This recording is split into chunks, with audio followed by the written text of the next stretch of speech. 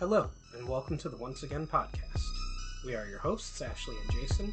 In this episode, we will be celebrating the spooky season by looking at the 2021 television short, LEGO Star Wars Terrifying Tales. In this series, we won't be doing a deep analysis of the film, or giving a bunch of behind-the-scenes facts, but rather giving our impressions of the overall film and giving a score to the film. So prepare yourself for a galactic adventure and enjoy this episode. Galactic. I'm leaving. I stole that from Disney themselves on their Disney Star Wars page. For Halloween they had that up there, galactic, and I was just like, I can't let that pass. I have to use it. Copyright strike. LEGO Star Wars Terrifying Tales is an animated Halloween-themed special released exclusively for Disney Plus on October 1st, 2021, and is based off the Star Wars line from LEGO. It takes place after the events of Star Wars Rise of Skywalker. It was directed by Ken Cunningham, produced by Jason Costler, Jacque Lopez, Keith Malone, Josh Rhimes, James Waugh, Jill Wilfrit, and David Shane, who also wrote the script. Edited by Damon Fulford, music by Michael Kramer. Production companies were Atomic Cartoons, Lucasfilm Animation, Lucasfilm, and the LEGO Group. Distributed by Disney Plus. A runtime of 44 minutes. Boy, does it feel a lot longer than that. Really? It does to me. Okay. I don't know. All right. Starring AJ Locascio as Han Solo and Imperial pilot. Barbara Goodson as Mother Talzin. Christian Slater as Ren. Dana Schneider as Grabala the Hutt. Danny Jacobs as Ram, Watto, and Protocol Droid. David Accord as Medical Droid and Rebel Pilot. Eric Baza as Luke Skywalker and Guard Droid. Jake Green as Poe Dameron and Mahdi. James Arnold Taylor as Obi-Wan Kenobi and Cosler. Joe DiMaggio as Bash and Uncle Owen. Mary Elizabeth McGlynn as NIL-8 and Red 10. Matt Sloan as Darth Vader. Matthew Wood as Ben Solo, General Grievous, and Battle Droids. Rafael Alejandro as Dean. Shelby Young as Princess Leia Organa. Tony Hale as Vanee. Trevor Duvall as Emperor Palpatine and Grand Moff Tarkin. And Sam Witwer as Darth Maul and Trudgeon. Very nicely done. Well, that was... Yeah, well, I also put it in Times New Roman font because of NIL-8. I know, it took... I was like, NIL-8, right? Yeah. NIL-8. Yeah, and I didn't realize that pun until Poe realized until it. They Yeah. realized it. Yeah, so I was like, oh, don't feel bad, Poe. I'm also an idiot. We're all stupid. But we're going to dive into the plot now. It was broken up into different segments. I guess I can give them... That's how they all kind of are, these things. Like, yeah.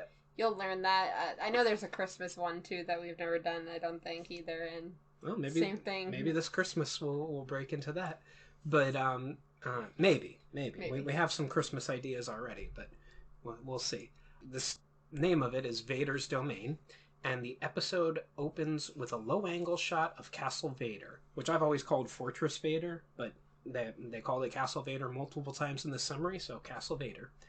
And Vader talks about how he rose from the fiery depths just as his new castle rose, which he describes as the ultimate testimony of the awesome power of the dark side of the Force. Lord Vader asks Emperor Palpatine what he thinks. The Emperor is dismissive of the sterility of the castle and suggests Vader get more furniture. Before the Emperor can attend to conquering the galaxy, he is surprised by Vanee, who describes himself as a humble servant to Darth Vader, Lord of the Sith. He tells Lord Vader that he has prepared his bath inside a Bapta tank, and gives him his rubber duck. Sorry, it cracked me up. Vader wants to bathe, but the Emperor reminds him that they have work to do conquering the galaxy. The Emperor assigns Vanee, while calling him sarcastically Darth Hideous, with looking after Castle Vader in their absence. Vanee replies that it will be his honor before cackling in laughter. And I wrote down, you know that I love a comedic Palpatine. It gets me every time. I gave the segment score a 9 out of 10. I I would give it an 8 out of 10, but I do love comedic Palpatine as well. It's too good. Yeah. So the next part, I put the titles together because it just flows one right into the other. The titles are Crash Landing and Guests of Graballa. Years later, Poe Dameron and BB-8's X-Wing is being pursued by 5 First Order TIE fighters. Over the comlink, Poe tells the TIE pilots that the First Order Resistance War is over and they should go home. When the fighters ignore his warning, Poe charges at the TIEs head first and takes them out in one swoop. Poe tells BB-8 to prepare the ship for their flight home, but it experiences engine trouble. Poe is forced to make an emergency landing on Mustafar. He lands the X-Wing in a forest of iron trees. BB-8 puts out a fire on his flight suit. Poe attempts to use the comlink, but it is fried. After changing clothes, Poe and BB-8 decide to search for help. While walking through the forest, Poe argues with BB-8 and says that he was not showing off. Poe was showing off. Yeah, a little bit. Poe decides to go to Castle Vader to seek help. BB-8 is reluctant, but Poe tells him that he can wait in the unfamiliar forest. And BB-8 decides to follow his master. Which is so funny, because I forget that Poe actually is BB-8's owner. Like, I always associate BB-8 with Rey because of the first movie. But it's actually Poe. Yeah. And most of these Lego things, BB-8's always with Poe. Yeah. Like, I don't know. It's just in my mind, I always associate BB-8 with Rey, which is really just the first movie. But yeah, for some reason, I don't know. Arriving at Castle Vader, Poe finds Grabella the Hutt and his henchmen, Bash and Ram, refurbishing the fortress as a Sith-inspired luxury-themed resort, soon to be available at Disney World. That'd be great. Yeah, I'm telling you, it's gonna be the next one. Star Wars Galactic Star Cruiser, anybody? Yeah. He intends to appeal to the fun-loving families from across the galaxy who want to indulge in their inner dark side. Poe thinks that this is a bad idea, and Grabella introduces himself as a legendary entrepreneur and real estate tycoon, and cousin of the late Jabba. Poe introduces himself. Grabella recognizes Poe as the starfighter who destroyed Starkiller Base and led the resistance during the Battle of Exegol. Poe is modest about his achievements. Grabella decides to treat General Poe as his honored guest and give him a tour of Castle Vader, while Bash and Ram carry BB-8. Grabella tells Poe about his plan to make Castle Vader a luxury hotel with various amenities, including a lava fountain and a Vader-themed lobby. Poe tries to mention his X-Wing, but Grabella is too preoccupied with showing his guest around. Inside the castle tower, the protocol droid NIL-8 informs the hooded Vanee about Poe's arrival, asking if they could be the one to fulfill the prophecy of Mustafar. Vanee says that the fearless pilot enters with the strength to unlock the treasures of his master's castle, and thinks Poe could be the prophesied one. Meanwhile, Grabella shows Poe and BB-8 into a hallway lined with various types of stormtrooper armor, including regular trooper, shore trooper, scout trooper, snow trooper, death trooper, and his own skeleto trooper. Poe also encounters an automated puppet of Darth Vader, offering to show the guests the dark side. Grabella grumbles that the puppet is faulty. A young human mechanic named Dean offers to fix the puppet. Grabella says that he doubts that, but allows Dean to try. Grabella asks Poe if he is interested in being Castle Vader's spokesman, or as he puts it, a spokesman. Pokesman, get it? And meanwhile, Dean manages to repair the Vader puppet, who introduces guests to the Empire Emporium, which is being staffed by Bash and Ram. And has all your Sithly needs. Exactly. Poe compliments Dean, who recognizes him. Poe asks the boy his name. Dean introduces himself and is excited to meet the starfighter pilot. Poe is modest about his achievements and enlists Dean's help in repairing his X-Wing. The boy says he wants to be a pilot one day. However, Grabella interjects and offers Poe a proposition. Record a holovid for Castle Vader in return for getting Dean to fix his X-Wing. Poe insists on recording the holovid after the X-Wing has been repaired and tells Grabella that he is not the first Hutt that he has had to deal with. I wonder what other huts Poe dealt with in it. I'm sure it's in the comics somewhere, but... Probably somewhere. Yeah. Again, Star Wars has the same issue of Marvel, that there's just a lot of stuff going on elsewhere, not in the main storyline. Yeah. Well, a vast audience, get them across whatever medium you can. Poe attempts to leave with Dean, but is blocked by Vanee, who puts up a friendly face. Grabella warns Vanee not to sneak up on people. He apologizes for Vanee, describing him as the creepy caretaker, emphasis on the creepy, who came with Castle Vader. Vanee begins sniffing Poe, prompting Grabella to issue another warning. Don't sniff gas. Vanee tells him that he has something to show Poe. Poe says that he is in a rush, but Vanee gets NIL-8 to show him the helmet of Ren, prompting Poe's interests. Vanee explains that this helmet belonged to the one who helped create Kylo Ren. Vanee asks if he would like to hear the tale. Grabella reminds Vanee that Poe says that he is in a rush. Poe stares into the dark side helmet and asks Vanee to tell him. Vanee says that this is a tale of a powerful warrior who longed for more. And I wrote down here, this is the opening segment to the overall narrative, so I'll forgo giving it a segment score here. Yeah, it doesn't really need a score. Yeah. And we have the next segment called The Lost Boy. In the past, Ben Solo is training under the tutelage of his uncle Luke Skywalker at his Jedi temple. Ben grumbles about having to practice with the other Padawans and lifting rocks, claiming that he is so much stronger than all of them. Skywalker's other students include a Rodian, a human girl, and 2 young men. R2-D2 is also present. Luke advises patience, saying that there are no shortcuts in becoming a Jedi. When Ben asks how this rock stacking is going to make him a great Jedi, Skywalker says that he senses his nephew's frustration. He asks if he used the Force to sense them before causing the stones to form a circle and dropping them onto the ground.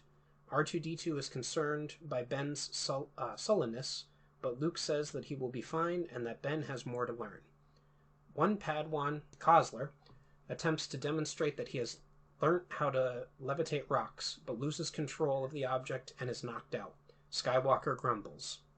While walking through a nearby town, Ben grumbles about the delay in his Jedi training.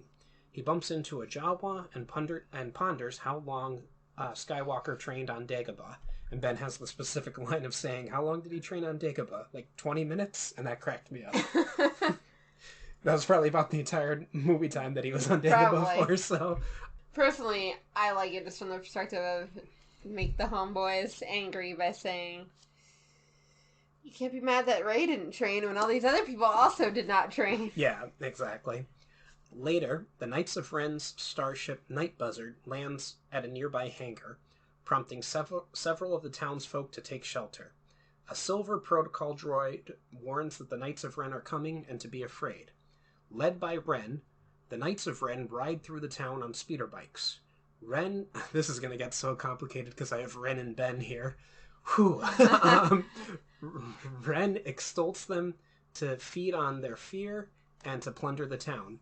Ren greets Ben before leading his gang through the town. That night, Ben has trouble sleeping and experiences a dream in which Ren invites him to join them.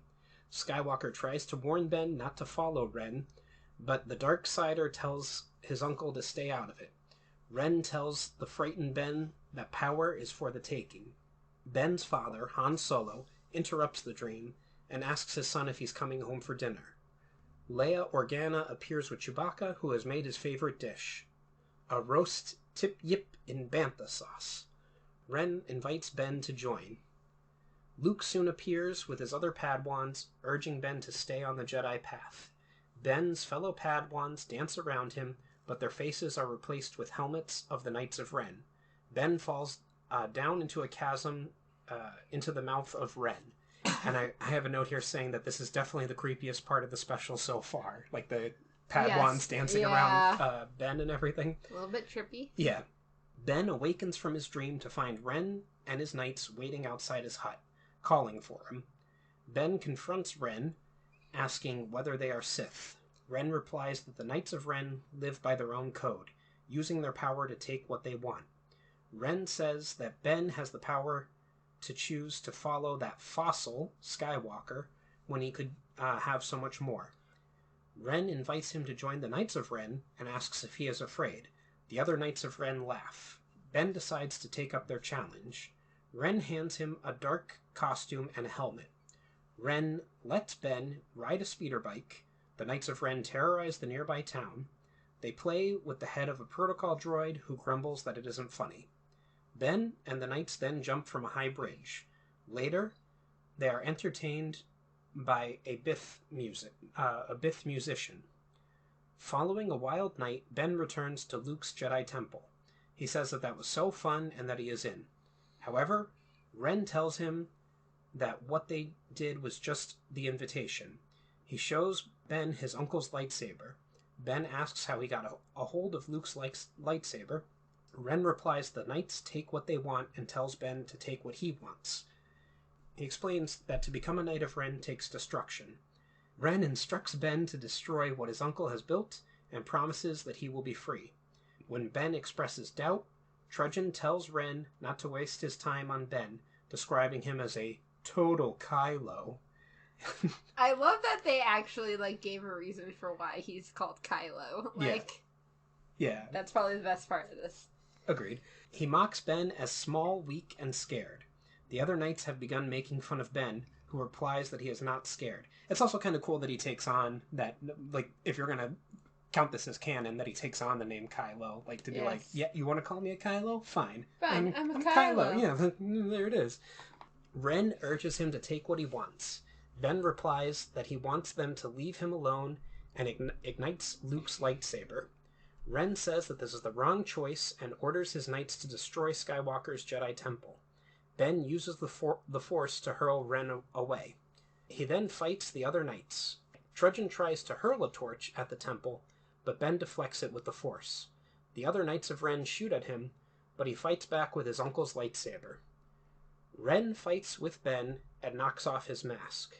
Ren uses the Force to levitate Ben and throw him down, causing Luke's lightsaber to switch off. Ren says that the power was his for the taking and chides Ben for being too scared. Ben says that he's starting to like being called Kylo and uses the Force to summon several rocks, crushing Ren to death. Seeing their leader fallen, the other knights submit to Ben, who tosses away Ren's helmet. At that moment, Luke Skywalker comes out and confronts his nephew. Ben tells his uncle to call him Kylo Ren as the Knights of Ren converge around him. And I wrote down that I liked it, a comedic approach to Ben Solo's fall, and some creep factor in it too, but nothing too scary for children, so I gave the segment score an 8 out of 10. I liked it. It was definitely interesting. I would give it a 7 out of 10. I think my favorite part is the title being Lost Boy and being a reference to the Lost Boys. Oh, yeah. Yeah, this movie's full of different Halloween-y sorts of things, creepy things. What's his face who plays Ren here is from... Christian Slater. Yeah, he was in The Lost Boys. Yeah. Yeah, you're right. That's why Ren looks the way he does and looks like, I forget, main vampire from... He looks like a Lego version of Christian Slater. Yes, exactly. Yeah. So we go into our next segment, which is titled Into the Sith Chamber. Vanee ends the story, but says that night was Kylo Ren's first step to power. He laughs maniacally as bats fly. Poe asks if the point of the story was to scare him. Grabella, Bash, and Ram are visibly scared. Vanee responds that the story was to remind him that there is much more to be taken by those unafraid to use it. He hands the helmet back to NIL8. Still, every time, I can't believe I missed the droid's pun name. But Vanee leads his guests to a large door, claiming that Sith artifacts lie behind it. He says that the prophecy of Mustafar foretells the arrival of a fearless stranger with the strength to open it. The gate is marked with the symbol of the old empire. Vanee suggests that the brave pilot who has fought many battles is worthy of opening the gate. When Dean reminds Poe about his X-Wing, Poe says that if Vanee is telling the truth, he is not willing to let a Hutt get his hands on Sith artifacts. Poe enlists Dean's help in unlocking the gate. Vanee leads them into the chamber. Bash and Ram are spooked by a shadow, which turns out to be a mouse droid. Grabella tells another droid that they could add a business center and a gym to these vast chambers. Meanwhile, Poe chats with Dean about his latter's ambitions to be a pilot. When Poe asks how Dean ended up working for Grabella, Dean explains that he is saving his family. His mother had a shop on Arcanus. I knew it wasn't Arkansas, and I knew it wasn't Arrakis, but Arcanus had a shop on Arcanus. However, the First Order accused her of helping the Resistance and destroyed it. People got scared and wouldn't hire her anymore, leaving him as the breadwinner. Dean fears that if he loses this job, his family will have nothing. Poe comforts Dean, telling the boy that he had a tough childhood. He adds that this is a big galaxy and that you can't let fear get to you. They are surprised by Grabella, who is obsessed with turning the chamber into luxury suites. And I wrote down that I love how Poe's hair fell off when Grabella showed up behind him. Like, it just, great Lego humor and everything. Lego humor is best humor sometimes. Yeah. Vanee leads his guests into the lightsaber repository, telling them that they are looking for something very special. He finds the saber of Skardant, which he describes as a Sith lightsaber of unusual power. To Vanee's horror, Grabella toys with it and breaks the hilt.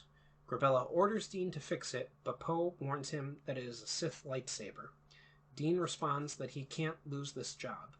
While Dean works on the damaged saber, Vanee asks if they are interested in hearing the tale of the saber of Skardant, which none of them really seemed that interested in hearing it. But then, not a single one of them wanted to know. Vanee goes on to claim that this is a tale of two monstrosities, leading to the cackling of lightning inside the chamber, which Grabella's like, did it just lightning in here?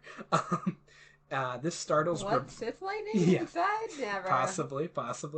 This startles Grabella, Bash, Ram, and Poe alike. And we lead into the segment, The Dueling Monstrosities. Vanee explains that Maul was left for dead by the Jedi Obi-Wan Kenobi. Actually, he was a Padawan at the time, but let's not get into it. But nonetheless survived and made his way back to the Night Sisters. Mother Talzin and her Night Sisters use magic to summon Maul, who has been fitted with a cybernetic leg and waist. And I have a note here that I wrote down saying, when are we going to get a Night Sisters movie or TV show? I find magic users in the Star Wars universe so fascinating. They're just different types of Force users, I believe. And I think so too. Yeah, I'd be very interested in seeing Night Sisters TV show or movie. Maybe we will get something at some point, especially with all these Disney Plus shows. Possibly. Or even if they want. I don't even think we have a book about them either. There is a book about... Well, I don't know if it's canonical anymore. There was a book about Mother Talzin, because she was a character before even the Clone Wars used her, I believe. But by diving back into this, since Maul has trouble standing in his new legs, they experiment with various objects, including a repulsor lift, wheel, and spider legs. Poe is skeptical of the story, but Bash and Ram are intrigued. Vanee adds that Maul was not the only one who returned after being left for dead. Vanee explains that the loyal student of Count Dooku, once known as Quiem Jal Shalila, was reborn as the cyborg known as General Grievous. When Grievous awakes, he chastises the medical droids and chokes and hurls them aside.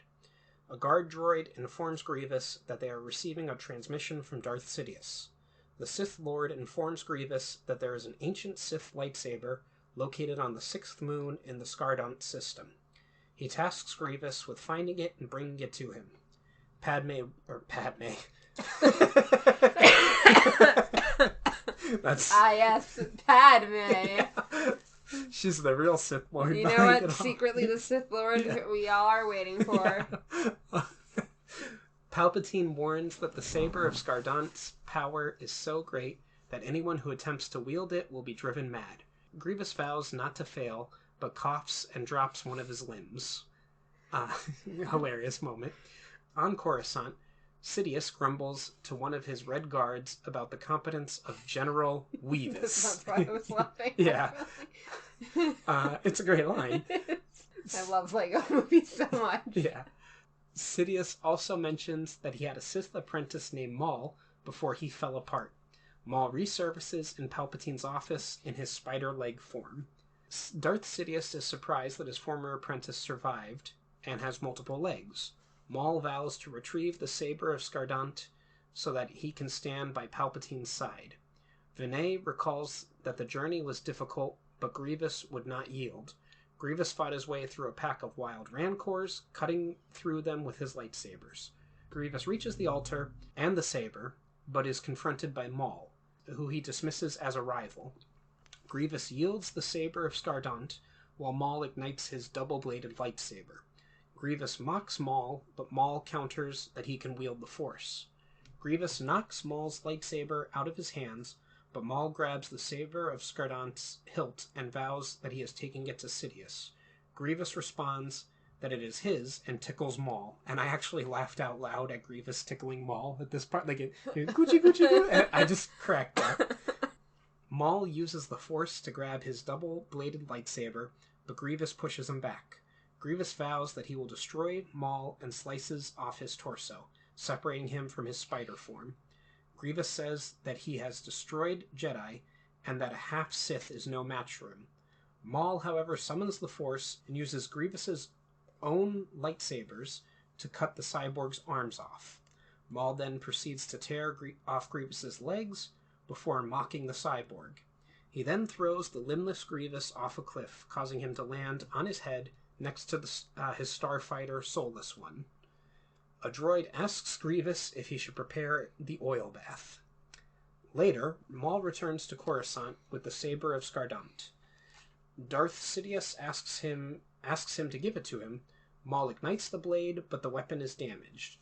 Darth Sidious then uses the Force to throw Maul off the balcony. He then grabs the lightsaber and grumbles about the competence of his apprentice to a Red Guard. Defeated but not destroyed, Vanee says that Maul gained a valuable insight into his feelings. And I have one note here, but I also have one in my head. I love that Maul was taped up to his spider legs when he reappeared. Yes. To Sidious. But my note written down is Palpatine whistling the Empire music. Fantastic. It's perfection. Yeah. Anytime you have a funny Palpatine Sidious, I die. It's just fantastic. Anything you'd like to say about the segment, or? I love that segment. Also, I just think it's funny that they went with we gotta have Grievous and Maul go against each other. Yeah, I forgot to write down a segment score for it, so I guess on the fly I'll just say 7.5 out of 10. I'd say 7 out of 10. Yeah. The next segment is called Temptations of the Dark Side. Dean then fixes the saber of Skardant, but is mesmerized by the dark side relic. Poe asks if Dean is okay and tells him to stop staring into the saber. Vanee explains that Maul learned that power comes not from serving others, but from serving yourself. Dean appears to get the message, and Vanee tells him to follow where the saber leads him. Dean uses the saber to unlock a second chamber. Vanee suggests to NIL-8 that he placed his hopes in the wrong pilot, to which the droid agrees. The possessed Dean leads the others to the first temple of Mustafar. Poe says that he has a bad feeling about this, but BB-8 rolls in. Vanee explains that the Temple of Mustafar was built generations ago as a repository of ancient lore. This temple is littered with treasure. Grabella tells Bash and Ram to pack it up. Grabella grabs the saber of Skardant, claiming it as property of Grabella the Hutt Enterprises, LLC. And Poe tells Grabella that they need to talk, but the Hutt thinks that he doesn't need a spokesman anymore with all the Sith treasure that they have found. Poe tries to warn about the dangers of the Sith treasure, but Grabella is only concerned about making money.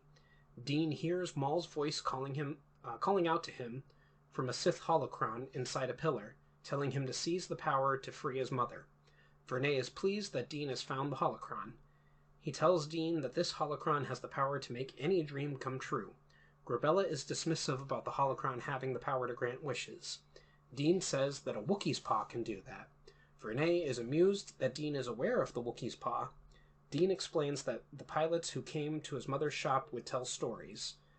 Sort of like, the angels that Anakin heard about. Yes. Poe says that he heard those stories but thinks that they are made up. Addressing Dean, Vanee tells them the tale of a boy searching for a better life, much like him. And here we lead into the segment, The Wookiee's Paw. At the Lars homestead on Tatooine, Luke Skywalker is having blue milk for breakfast with Aunt Beru when Uncle Owen grumbles that the droid on the southern perimeter has broken down again. He sends Luke to Mos Espa to get a new one. Luke grumbles that he was planning on going to the Tashi station to drop off his application for the Imperial Academy. Owen tells his nephew to get his head out of the stars because they are short on hands for the harvest. He sends Luke on his way. A resentful Luke travels to Mos Espa. He longs to be a pilot one day and to get off this dustball planet. Hearing Luke, Watto! Yay, Watto! Watto. Tells the young man that he has something that can get him off this planet, and offers him a Wookiee's paw in his box. And I wrote down the note, Yay, Watto returns. Watto tells Luke that if he makes a wish, his dream will instantly come true. He wishes that he could get off Tatooine. The young man is soon greeted by an Imperial TIE pilot, who invites him to join the Imperial Academy. The Imperials bring him onto an orbiting commander cruiser. Skywalker finds himself a stormtrooper, but is still not satisfied. After bumping his head onto a blast door, he grabs the Wookiee's paw and wishes to be a pilot. Soon, the TIE pilot who recruited him asks another Imperial officer what they should do with the spare pilot's gear. The officer tells him to give it to Luke, adding that he is too short to be a stormtrooper. A perfect comment. Vanee says that Skywalker got everything he wanted, but he still wanted more. Grumbling that he is on patrol duty, Skywalker wishes to the Wookiee's paw that he had the chance to show everyone how great he could be. Just then, he receives a distress message from Grand Moff Tarkin that Vader's squadron has been ambushed by the Rebel Alliance and requests reinforcements. Vader totally doesn't need reinforcements for any Rebel squadron, but it's Lego. Yeah, it's Lego. We'll let it go. Luke seizes this opportunity and intervenes. By that stage, the Rebel X-Wing starfighters have shot down 2 of Vader's escort TIEs. Luke flies into the path of the X-Wing, shooting it down and saving Vader. Later, aboard the Death Star, Skywalker is treated as a hero by his fellow pilots, who carry him. Darth Vader takes an interest in Skywalker and asks about the maneuver. Skywalker says that it is the 180 reverse proton move. Vader is impressed and asks what his name is. Upon learning that he is called Luke Skywalker, Vader says that he knew a Skywalker once. Vader senses that Luke is force sensitive and says that he reminds him of a younger version of himself. Vader agrees to train him. Luke wishes that he could be more powerful than Vader and clutches the Wookiee's paw for a 4th time.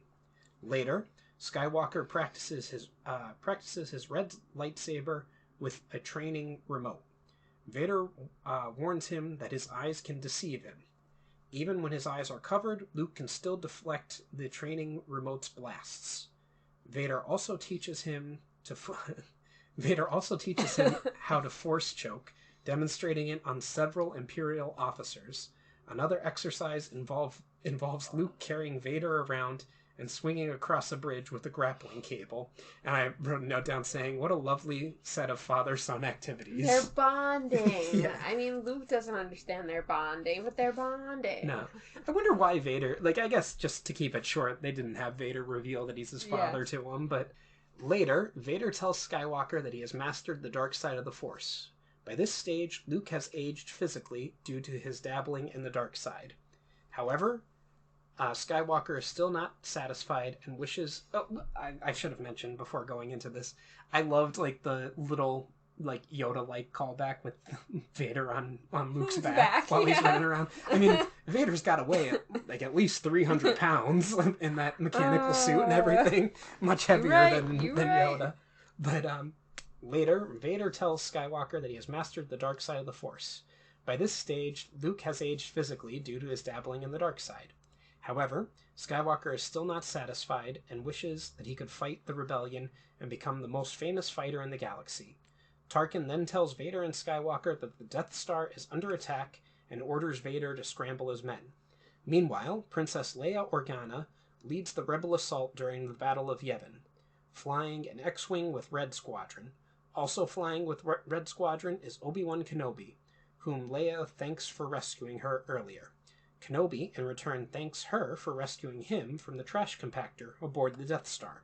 R2-D2 beeps. Leia and Kenobi fly their X-Wing through the Death Star trench, but are pursued by Vader and Luke. Luke says that the trench reminds him of Beggar's Canyon back home on Tatooine. Luke damages Kenobi's fighter, forcing him to pull out. Vader wants to close in on Leia's X-Wing, but Luke wants the glory and uses the 180 reverse proton maneuver on Leia. Leia, however, shoots his TIE fighter, causing him to spin out of control, and Luke accidentally fires 2 blaster bolts into the Death Star's thermal exhaust port, destroying the superweapon. Darth Vader angrily tells Luke that he is going to be the most famous pilot in the galaxy for destroying the Death Star, and then their starfighters collide in space. And I wrote that it's a great twist on both A New Hope and The Monkey's Paw. Obviously, I love that it ends exactly the same. Like, it's so good. Yeah, and we have a 10. I gave it a 10 out of 10. 9 out of 10. It was good. All right. I think it's the best story. Oh yeah, agreed. But just that little twist on both tales of it, obviously being a reference to the Monkey's Paw, the Wookiee's Paw, and The New Hope, and seeing Obi-Wan surviving the Death Star encounter and being in the Rebel Squadron, I was like, oh, that's kind of neat, and that he's Red 5 specifically. And he would have started training Leia at that point then, because he would have been like, well, Luke's gone, I gotta train the only other Skywalker I got. But we have, I would guess you'd say, getting close to the final segment of the film, Vanee's gambit and confronting fear and darkness. In the present, Dean asks if that's what really happened. Poe says that it is not true, prompting Grabella to ask if he means that that Luke did not blow up the Death Star. That's my favorite part. Yeah. Poe says that Luke destroyed the Death Star, but not the way that Vanee told the story. Vanee says that just as the Wookiee's Paw gave Luke all that he wanted, he claims the holocron will give him what he desires. Poe warns Dean that the story is a warning about being careful for what he wishes for. Vanee tells Dean that he understands that the boy wants his family to be safe. He tells the boy to open it, and he won't have to worry about them again. Poe tries to plead with Dean, but he is accosted by NIL-8. Vanee tells Dean to open the holocron with his heart. The boy unlocks the holocron, but nothing happens. When Dean confronts Vanee, the Sith servant reveals that it makes dreams come true, before snatching it out of the boy's hand. Vanee reveals that his plan was to manipulate Dean into unlocking the holocron, and tells the boy that he is strong with the Force. Vanee uses the holocron to summon the various objects in the Sith chamber, including Ren's mask and the saber of Skardant, to form a giant armored suit. Go Power Rangers! Go Sithy Rangers! Yeah. Poe, Dean, and BB-8 realize that the 3 stories that Vanee told were for himself. Vanee vows to make the galaxy fear him. When Poe asks him and what army, NIL-8 arms herself. Poe is dismissive of the droid, but NIL-8 activates an army of B-1 series battle droids. Vanee orders NIL-8 and her droids to annihilate the enemies. and here's my note saying I didn't notice the annihilate pun in... I didn't either. Yeah, NIL-8's name either, Poe. And I also wrote down that I love the zombie battle droids. Great stuff. I know. This is probably one of the creepiest sections of this entire thing. I'm like, oh, I don't like them. I don't like them. No, I loved it. I think the creepiest thing for me was the Padawans circling around Ben Solo in the earlier I did not like this. Yeah, that was because kids are always creepier to me than droids are. Grabella tells Bash and Ram they need to flee. Poe decides to fight back and tells Dean that they have to remove Vanee's holocron from his armor. Poe shoots the holocron off Vanee's armor and flees with Dean and BB-8. Vanee orders NIL-8 to recover the holocron since his power is dependent upon it. He orders his droid army to get them. Poe, Dean, and BB-8 venture deeper into the castle but are pursued by more battle droids. Grabella is pursued into the toilet by an axe-wielding battle droid who chops his way through the door.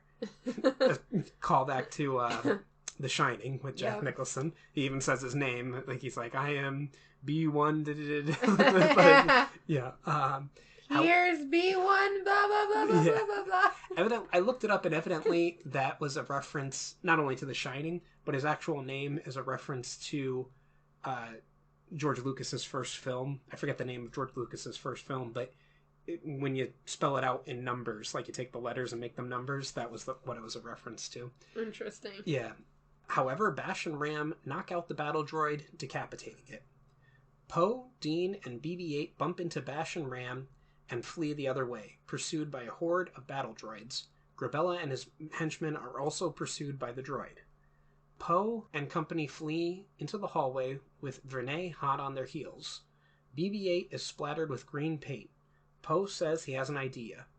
A rampaging Vanee beheads the Darth Vader puppet, which says he finds his lack of souvenirs disturbing.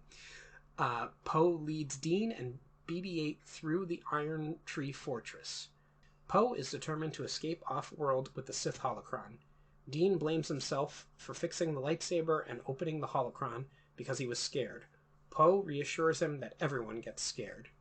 Dean says that Poe doesn't, but the fighter pilot disagrees, admitting that he is scared right now. He tells Dean that they can't control fear, but they can choose what to do with it.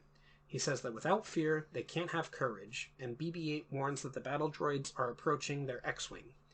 BB-8 uses his gripping cable to swing himself around the rampaging battle droids, knocking several out. Poe and Dean climb into the starfighter only to discover that the X-Wing hasn't been repaired. While Poe grumbles, Dean volunteers to repair the starship. Poe decides to buy Dean time to fix the starfighter. He returns to Castle Vader, where Vanee is growing enraged by the loss of the holocron. Poe attacks Vanee's battle droids with a parked AT-ST walker. Grabella, Bash, and Ram cower while Poe's AT-ST engages with NIL-8's AT-AT, or AT-AT if you prefer, walker, pushing it to the edge of a walkway. Vanee attacks Poe's walker from behind, slicing off one of its joints. Both walkers fall over the edge into the lava below, where they are destroyed. Poe survives and climbs to the top, only to be confronted by battle droids. Dean arrives in Poe's X-Wing and destroys the battle droids. He lands the starfighter nearby. Vowing to rule the galaxy, Vanee grabs Poe with his metallic body. He threatens to throw Poe into the lava below unless Dean gives him the holocron. Poe tells Dean to fly away since Vanee is getting weaker in his armored suit. Again, Vanee threatens to throw Poe over the edge. Dean considers the ultimatum, but recalls the moral of the story of the Wookiee's Paw, which is to be careful what you wish for. He throws the holocron over the edge of the walkway into the lava below. Vanee jumps after the holocron, but is consumed by the lava. BB-8 uses the grappling hook to pull Poe to safety, but bumps his head several times. Poe praises Dean for his gutsy move. Dean replies that without fear you cannot have courage, and hugs him. Dean quips that Poe is afraid of a little mushiness. And I have a note here just saying, great climax to the film. It really is. Yeah. And we get into the final segment called Homeward Bound. Grabella is enraged with Poe about the damage to his Castle Vader luxury hotel. Poe tells him that he is not fixing anything but leaving. He also warns Grabella not to think about taking those Sith artifacts. Grabella tells Poe that he is not afraid of him, but Poe gives him an icy stare. Grabella reluctantly complies and tells Bash and Ram to pack up. Grabella orders Dean to come along with them, but the boy refuses.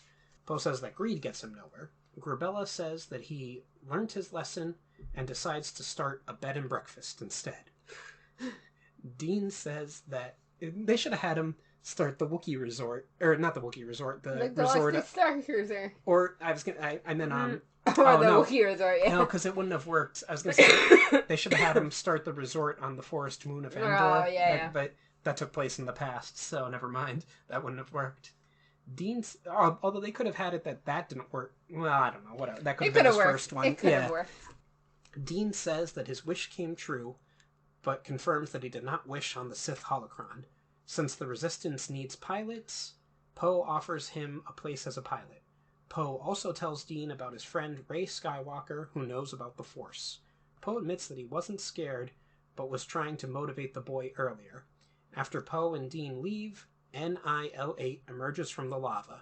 She pleads for forgiveness from her master, Vanee, for failing him. However, Vanee laughs maniacally and grabs her hand, with his hand coming out of the lava to grab her. And I just have a note here saying, Vanee survived the lava?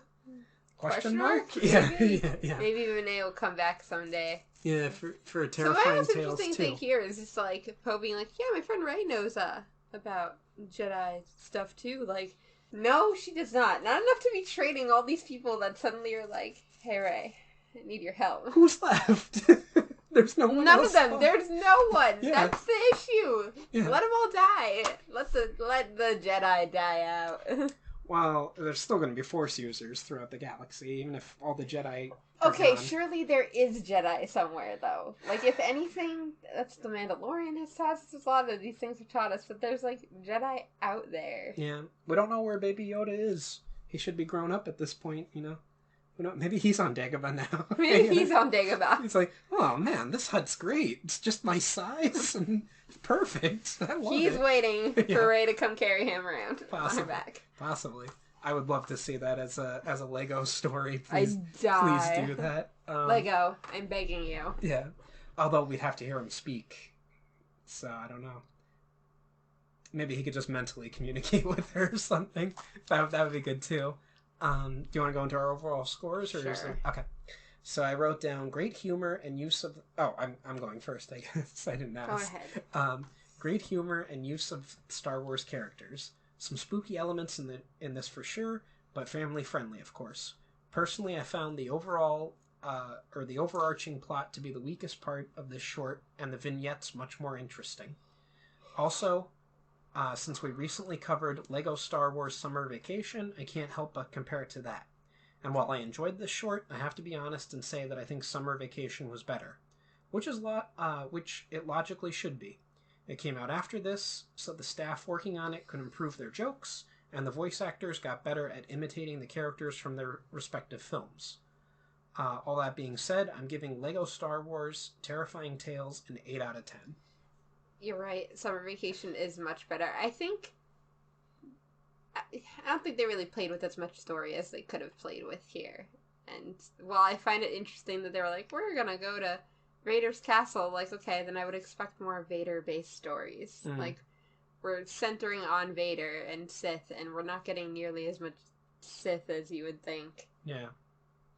Granted, we're also seeing it through the lens of Poe, but it's very cute. I think all the Lego things are cute. 7 out of 10. Okay. Well, with all that being said, this has been the Once Again podcast. Any questions, comments, or critiques can be addressed to our email at onceagainpod@gmail.com. Follow us on our social media accounts, Once Again Pod, all one word, on Twitter, Instagram, and TikTok.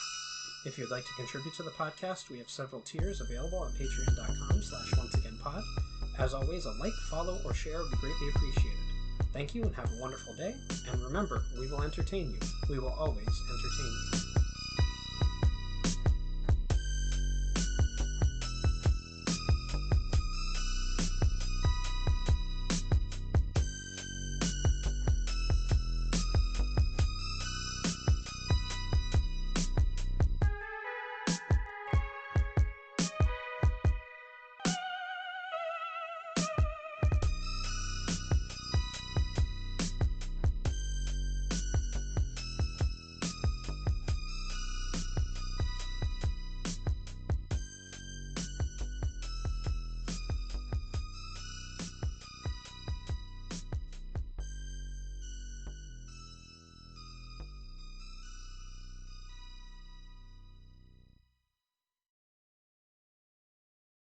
Rumpelstiltskin always says that magic comes with a price. But for this price, you can get a nice piece of jewelry. Use code ONCEPOD for 10% off your first order at Unusual Magic Jewelry on Etsy. Click the link in the description.